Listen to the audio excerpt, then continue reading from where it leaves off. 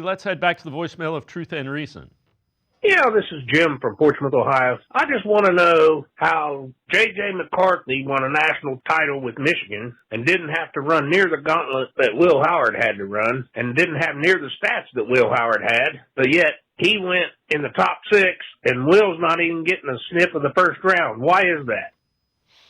As always, appreciate all of the voicemails. Let's welcome in Dalton Wasserman, PFF data analyst, co-host of the PFF College Football Show. Dalton, it's one of those things, there are a number of things, there are measurables that NFL scouts really go by.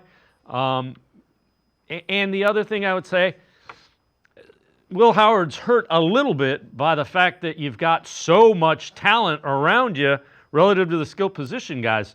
Both of the running backs are probably going to be third-round or higher picks. Ibuka's the number 1 wide receiver. Jeremiah Smith's the number 1 overall pick whenever he decides he's done playing college football. So he gets penalized a little bit by the cast and a little bit of just the measurables.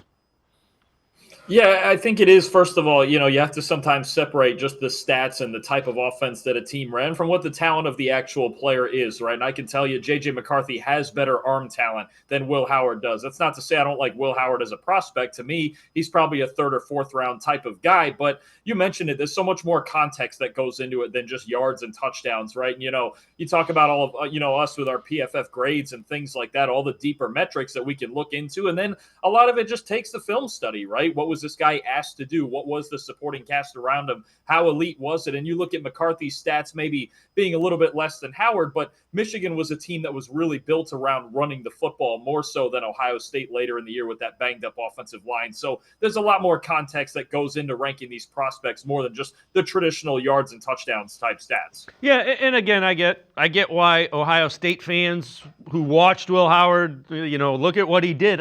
I get the question, but the NFL is looking for very specific things relative to the quarterbacks, especially.